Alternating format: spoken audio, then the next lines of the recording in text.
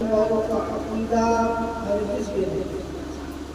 بلکہ ایمان والوں کا عقیدہ یہ ہے کہ ہم سب کو اللہ رب العزت نے دنیا میں بھیجا ہے، اور وہ اس کام کے لیے بھیجا ہے، وہ ہے اپنا تعارف۔ اللہ نے بھیجا ہے تاکہ ہم اللہ کو پہچانیں، اللہ کیا ہے۔ اس لیے اللہ نے ہم کو دنیا میں بھیجا ہے۔ اللہ تعالیٰ کے دنیا میں بھیجنے کا مقصد یہ ہے کہ ہم اس ذات عالی کو پہچانیں اور سمجھیں۔ ہم کو اس پاک پروردگار نے پیدا کیا ہے اور وہ ہم سے چاہتا ہے۔ بیکار ہم کو اللہ نے نہیں پیدا کیا، اور یہ بھی نہیں ہمارا عقیدہ کہ ہم دوبارہ اٹھائے جائیں گے، بلکہ یہ ہمارا عقیدہ ہے کہ ہم مریں گے، مرنے کے بعد دوبارہ پھر زندہ کیے جائیں گے، اور زندہ کرنے کے بعد ہم کو پھر دنیا میں کیے ہوئے اعمال کے مطابق بدلہ ملے گا۔ اگر نیک اور اچھے کام کر کے ہم مرے ہیں تو اللہ تعالیٰ ہم کو آخرت میں اپنے مہمان خانے میں جگہ دے گا جس کا نام ہے جنت۔ اور اگر ہم نے نافرمانیوں کے ساتھ زندگی گزاری ہے، اللہ کے احکام کو توڑ کر زندگی گزاری ہے، نبی کریم صلی اللہ علیہ وسلم کے طریقے کو چھوڑ کر زندگی گزاری ہے، منمانی زندگی گزاری ہے، اچھائی زندگی کو چھوڑا ہے،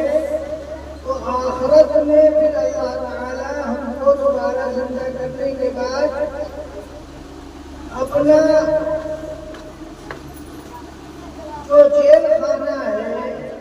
جس کو کہتے ہیں ہم جہنم، اس میں ڈالیں گے۔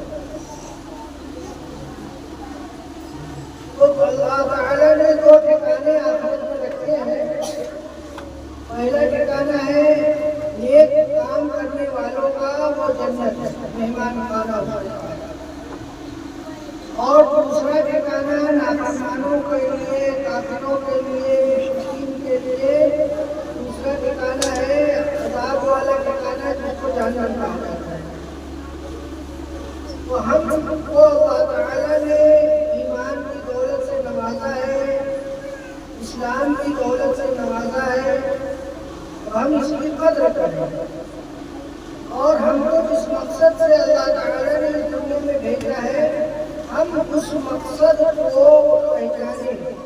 اور اس مقصد کے مطابق ہم زندگی گزار کر اس دنیا سے رخصت ہو جائیں۔ یہ مختصر سی زندگی ہے، دنیا میں جو ہم کو زندگی ملی ہے وہ بہت مختصر سی زندگی ہے، اور اس مختصر سی زندگی میں بھی بہت ہی کم وقت ہم سے حساب ہوگا۔ آپ سوچے اور سمجھے کہ اب اگر کسی کی 15 سال، اگر کسی کی زندگی 60 سال کی ہے، مثال کے طور پر آج تک انسان 60 سال میں مر جاتا ہے، اگر مثال کے طور پر کسی کی زندگی 60 سال ہے تو 15 سال کی زندگی اس کی نابالغی میں گزر جاتی ہے، اس کا اللہ تعالیٰ کا کوئی حساب کتاب نہیں ہوگا۔ اب بچے اس کے پاس اتنی زندگی کے لیے 45 سال، اب اس 45 سال میں آپ یہ سوچیے کہ کتنے گھنٹے کا دن ہوتا ہے، دن رات ملا کے 24 گھنٹے ہوتے ہیں۔ اب 24 گھنٹے میں یہ سوچ لو کہ آدمی کم سے کم کتنا گھنٹہ سوتا ہے؟ ارے بھائی 6-7 گھنٹے تو آدمی سوتا ہے نا، تو 6 گھنٹے بھی اگر ایوریج نکال دو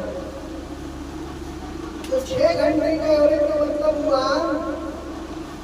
45 سال میں اگر 6 گھنٹے آپ نکالو گے تو 15 سال نکل جائے گا۔ اب کتنے بچہ 45 سال میں اب بچہ کیا؟ اب بچا صرف اور صرف 30 سال، یعنی 15 سال کو آدمی کے سونے میں نکل گیا 6 گھنٹے کے حساب سے، اور 15 سال نابالغی میں نکل گیا، 30 سال تو ایسے نکل گیا۔ اب صرف اس کے بعد بچ رہا ہے 30 سال۔ بھائی سونے والی زندگی میں کوئی حساب کتاب نہیں ہے،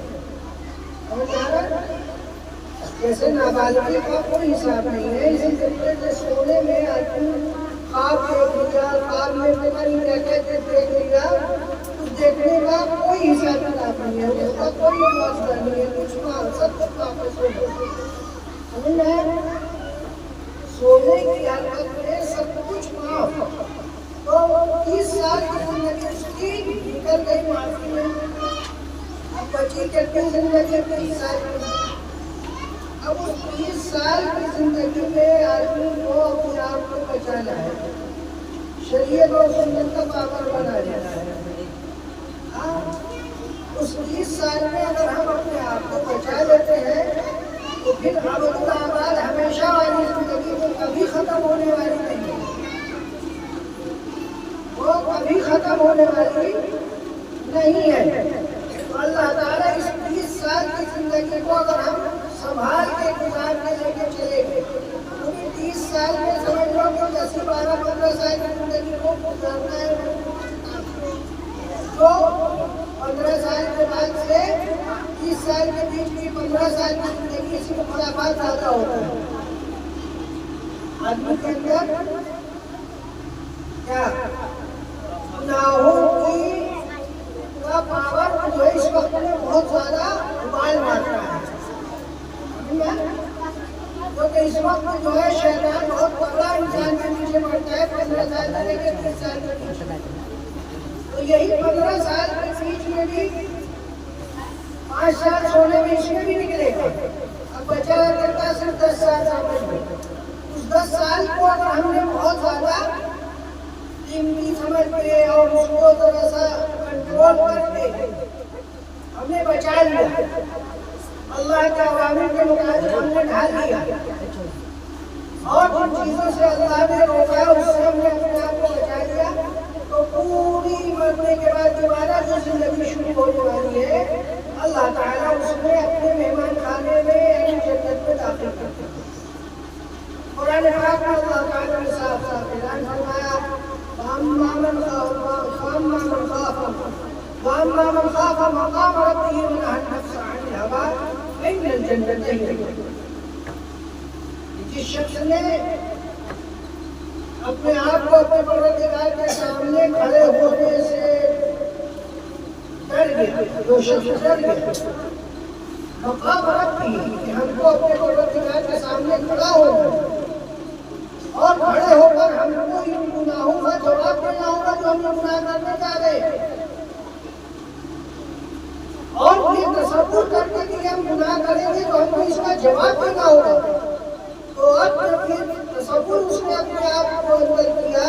اور بڑا نفس اور اپنے جی کو جو ہے روکا کہ نہیں ہم یہ گناہ نہیں کریں گے، بری خواہشات جو اس کے دل میں پیدا ہوئی اس بری خواہشات سے اپنے آپ کو بچا لیا، روک لیا، نہیں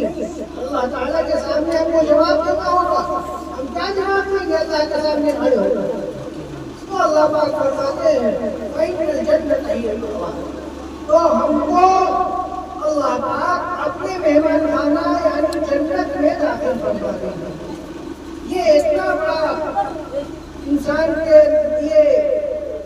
وہ ہوگا، خوشخبری ہوگی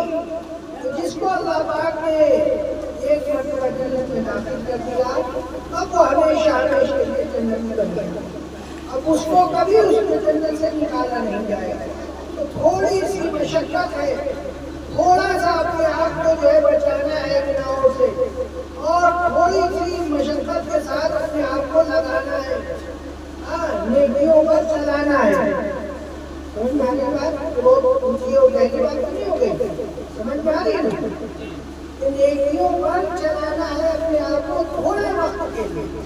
اور اس کا بدلہ ہمیشہ ہمیشہ کی جنت میں مل جائے گا۔ اس لیے ہم کو چاہیے کہ ہم اپنے آپ کو